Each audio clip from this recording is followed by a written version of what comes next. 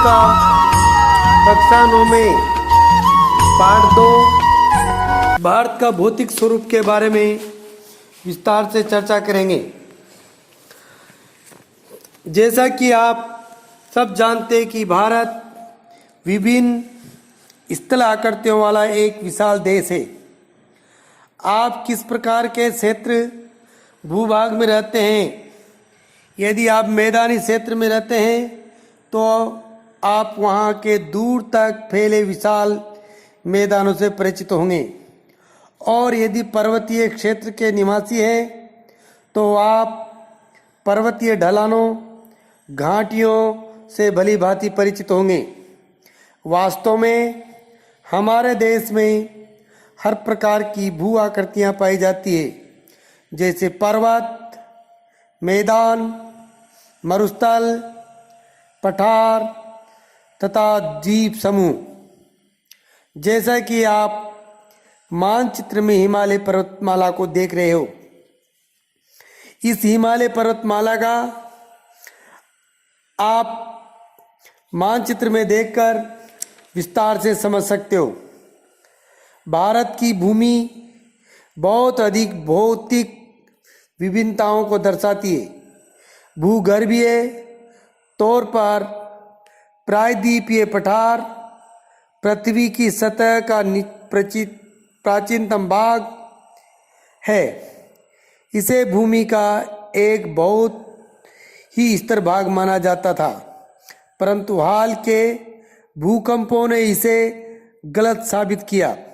हिमालय एवं उत्तरी मैदान हाल ही में बनी स्थल आकृतियाँ हैं।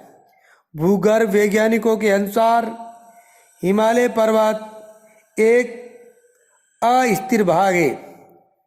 हिमालय की पूरी पर्वत श्रृंखला एक युवा स्थल आकृति को दर्शाती है, जिसमें ऊंचे शिखर, गहरी घाटियां तथा तेज बहाव वाली नदियां हैं। उत्तरी मैदान जलोढ़ निक्षेप से बने हैं। प्रायद्वीपीय पठार आग्नेय तथा रूपांतरित शैलों वाली कब ऊंची पहाड़ियों एवं चौड़ी घाटियों से बना है। भारत के मुख्य भौगोलिक वितरण। भारत की भौगोलिक आकृतियों को निम्न भागों में वर्गीकृत किया जा सकता है, जैसा कि आप देख रहे हो। नंबर 1 हिमालय पर्वत श्रृंखला, नंबर 2 उत्तरी मैदान, नंबर 3 प्रायद्वीपीय पठार, नंबर 4 भारतीय मरुस्थल, नंबर 5 तटीय मैदान, नंबर 6 द्वीप समूह। हिमालय पर्वत, अब इसका विस्तार से वर्णन कर रहे हैं अपन। पहला है हिमालय पर्वत। भारत की उत्तरी सीमा पर विस्तृत हिमालय भूगर्भीय रूप से युवा एवं बनावट के दृष्टिकोण से वलित पर्वत श्रृंखला है। ये पर्वत श्रृंखलाएं पश्चिम पूर्व दिशा में सिंधु से लेकर ब्रह्मपुत्र तक फैली है। हिमालय विश्व की सबसे ऊंची पर्वत श्रृंखला है और एक अत्यधिक असम अवरोधों में से एक है। ये 2400 किलोमीटर की ऊंचाई में फैले एक अर्धवृत्त का निर्माण करते हैं। इसकी चौड़ाई कश्मीर में 400 किलोमीटर या अरुणाचल प्रदेश में 150 किलोमीटर है। पश्चिमी भाग की अपेक्षा पूर्वी भाग की ऊंचाई में अधिक विविधता पाई जाती है। अपने पूरे देशांतरी विस्तार के साथ हिमालय को 3 भागों में बांट सकते हैं। इन श्रृंखलाओं के बीच बहुत अधिक संख्या में घाटियां पाई जाती है। सबसे अधिक भाग में स्थित श्रृंखला को महान या आंतरिक हिमालय या हिमाद्री कहते हैं।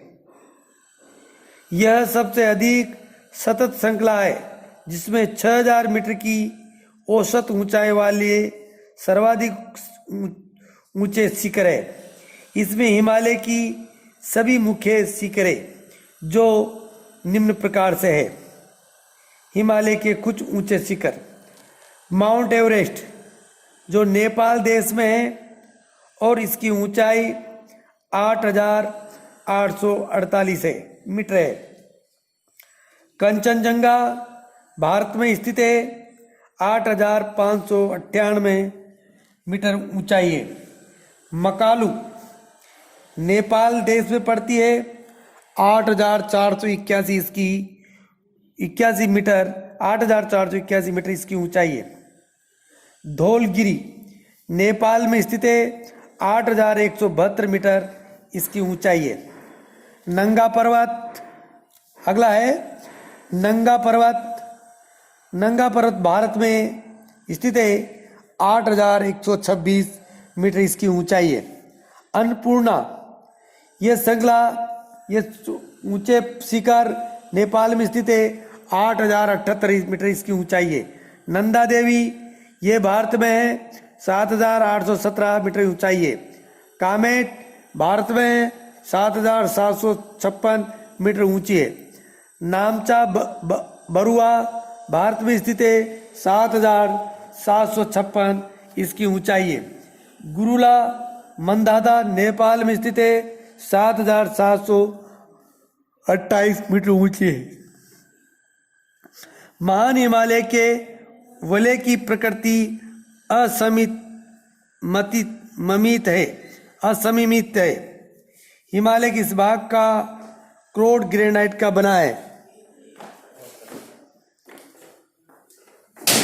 यह श्रृंखला हमेशा बर्फ से ढकी रहती है तथा इससे बहुत सी हिमानियों का प्रभाव होता है। हिमाद्री के दक्षिण में स्थित श्रृंखला सबसे अधिक असम है। यह हिमालय या निम्न हिमालय के नाम से जानी जाती है। इस श्रृंखला का निर्माण मुख्यतः अत्यधिक संपीड़ित तथा परिवर्तित सेलों से हुआ है। इसकी ऊंचाई 3,700 मीटर से 4,500 मीटर के बीच है तथा औसत चौड़ाई 50 किलोमीटर है, जबकि पीर पंजाब श्रृंखला सबसे लंबी तथा सबसे महत्वपूर्ण श्रृंखला है। धौलाधार एवं महाभारत श्रृंखलाएं भी महत्वपूर्ण है। इस श्रृंखला में कश्मीर की घाटी तथा हिमालय के कांगड़ा एवं कल्लू की घाटियां स्थित है। इस क्षेत्र को पहाड़ी नगरों के लिए जाना जाता है। हिमालय की सबसे बाहरी श्रृंखला को शिवालिका कहा जाता है। इसकी चौड़ाई 10 से 50 किलोमीटर तथा ऊंचाई 900 से 1100 मीटर के बीच है।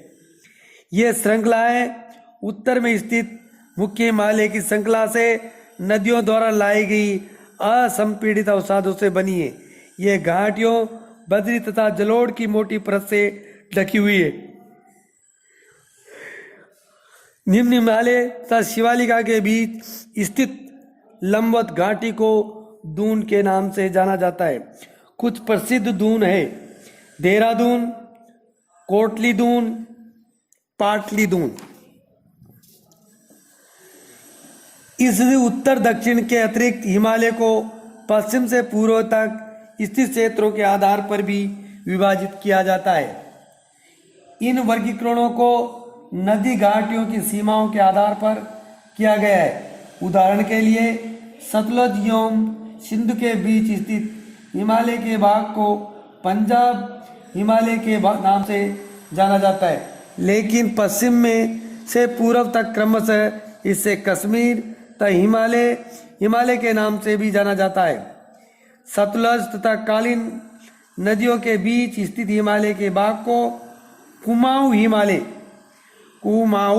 हिमालय के नाम से जाना जाता है। काली तथा तिस्ता नदियां नेपाल हिमालय का एवं तिस्ता तथा दिहांग नदियां असम हिमालय का सीमांकन करती है। हिमालय के कुछ क्षेत्रों के नाम आप मानचित्र में देख के पता लगा सकते हैं। ब्रह्मपुत्र हिमालय की सबसे पूर्वी सीमा बनाती है। दिहांग महाखंड के बाद हिमालय दक्षिण की ओर तीखा मोड़ बनाते हुए भारत की पूर्वी सीमा के साथ फैल जाती है। इसे पूर्वांचल एवं पूर्वी पहाड़ी तथा पूर्व श्रृंखला के नाम से जाना जाता है। ये पहाड़ियाँ उत्तरी पूर्व राज्यों से होकर गुजरती है तथा मजबूत बलुआ पत्थरों जो औषधि सेल है से बनी है। ये घने जंगलों से ढकी है तथा अधिकतर समांतर श्रृंखलाओं एवं घाटियों के रूप में फैली है। पूर्वांचल में पटकाई, नागा, मिजो तथा मणिपुर पहाड़ियाँ शामिल है। अगले वीडियो में अपन भारत के भौगोलिक वितरण का दूसरा भाग उत्तरी मैदान के बारे में देखने को मिलेगा, सुनने को मिलेगा। धन्यवाद।